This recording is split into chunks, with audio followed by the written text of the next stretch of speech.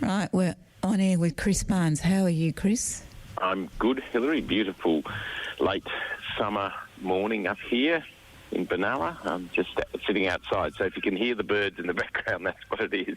What those noises are.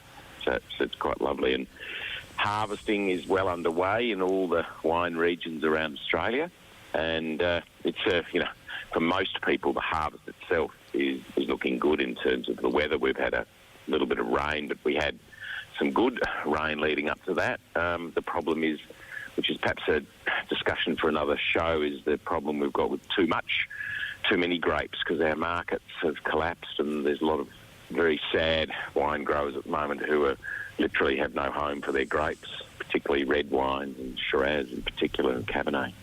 But that's another discussion. What we were going to talk about today is moving on our sort of journey around the world of wine, talk about Italy, and that'll take us 2 episodes. I mean, you could spend, there are literally hours and whole courses on Italy and Italian wines, but it's fascinating because, I mean, people sometimes think Italy is, I guess, the home in terms of the founding place of wine, and it's true that the Romans actually took the grapevine through Western Europe, through to the very famous areas of France and Germany and the Iberian Peninsula, but it was actually the ancient Greeks, and particularly through what was their colony on Sicily, who really introduced not the grapevine full stop, but really the cultivation of the grapevine and wine making prior to the actual sort of expansion of the Roman Empire.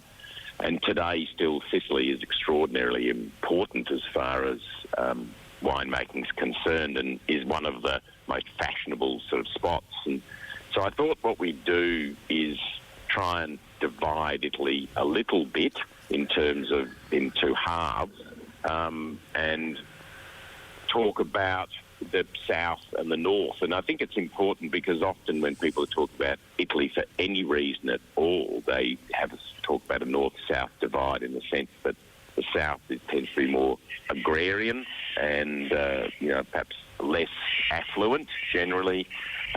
All of the great universities and industrial heartlands are in the north as opposed to the south. We have a lot of immigrants here in Australia, particularly from the south, that people that came here after the Second World War, because it was disadvantaged in terms of its economy and was very badly damaged literally during the Second World War. But in the south, and so let's start there and start right at the bottom, you've got the island of Sicily, and famously there is an area there called Mount Etna, which is a volcano, and around that is some of the most fashionable vineyards at the moment, and they produce, as you would imagine, it's a hot, warm climate, so they produce rich, ripe wines. The grape varieties there are ones that are just sort of being seen here in Australia, and the most famous red one is called Nero d'Alva. So Nero as in the famous Roman emperor, and that makes a very deep, dark red wine that has extraordinary aging potential. And then there's a white grape very popular there called Grillo, or if you want to pronounce it as it's spelt in the Australian, would be Grillo. And that was a white grape that now is making beautiful, fragrant table wines, but it was for many years very important for a drink called Marsala.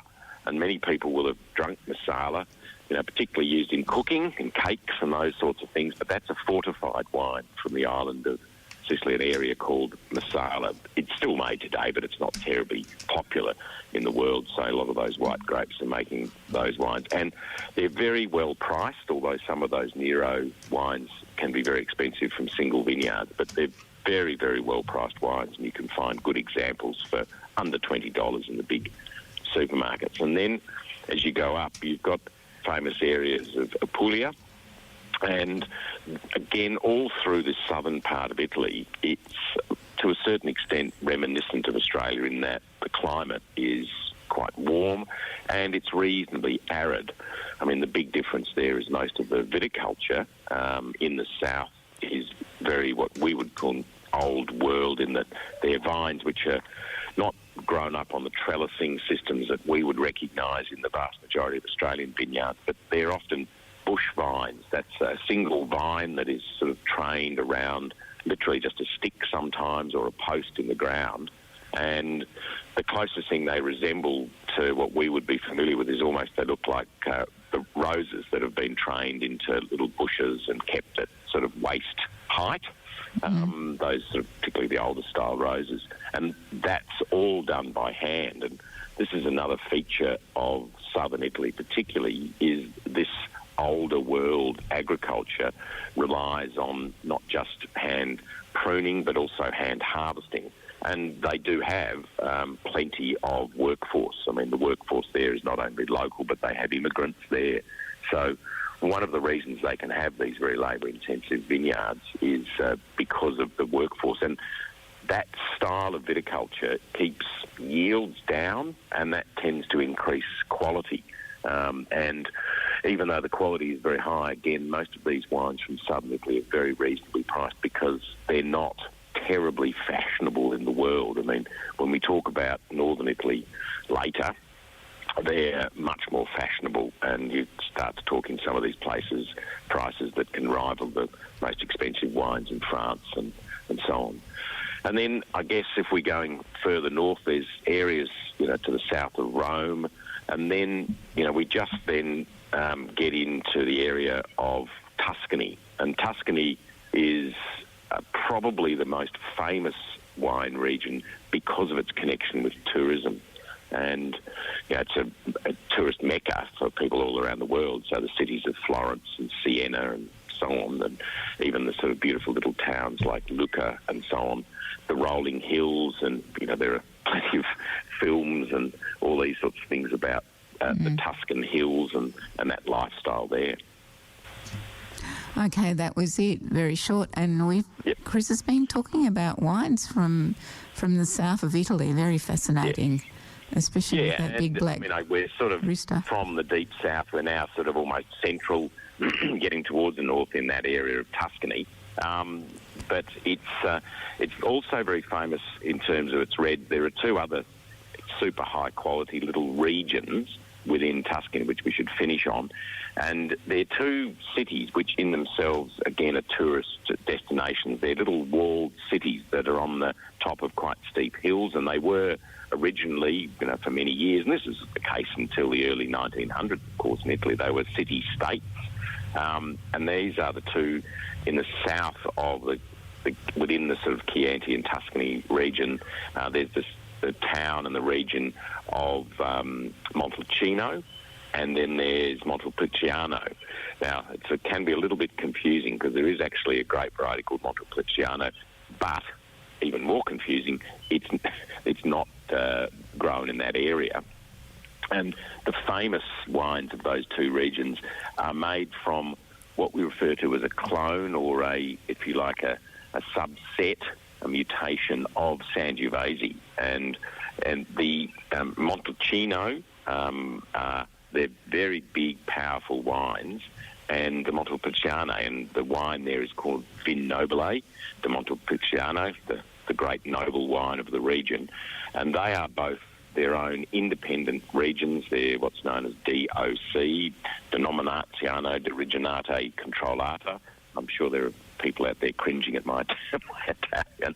But, if you do see on any label of wine from anywhere in Italy those initials or the words, but DOC is how it's normally abbreviated, or the acronym, that means it's come from a delineated region. It can only have in it the grape varieties that are historically permitted by law, and also that region is of high quality because the C, the Controllata, is an indication that it's been decided. This is ratified by law in terms of under the EU nowadays, but it's been decided through literally generations of viticulture and winemaking that the wines of those regions are of high quality. And you then also can be guaranteed you're getting the local grape varieties. And I think the thing to finish about there is we all know Italians are passionate about their food, but they're very passionate about the regionality of their food. And so if you are looking at these regional Italian wines, it's it pays to think about eating something that's from that region, a famous dish or whatever it may be, because the two things, that dish or those foods, will have grown up over, we're talking literally thousands of years, and that developed together hand in hand. So it's not surprising that when you have the great wines of those regions with their typical dishes, not just the good old pizza or spaghetti bolognese, that those traditional dishes go beautifully with the wines because they've sort of developed in harmony over the years. And it's one of the great things when you are travelling generally, but certainly in Italy you get this very regionalised cuisine in a relatively short distance by our Australian standards. So the distance between those two regions I talked about, Montalcino and Montepulciano, is half an hour's drive, three-quarters an hour's drive. So that's marvellous ways of sort of exploring the region through food and wine. Terrific. Thank you very much, Chris. We definitely have to go now, and we'll see you next month with the other half of Italy. Some more Italian wine. Okay, thank you very much. Cheers. Bye.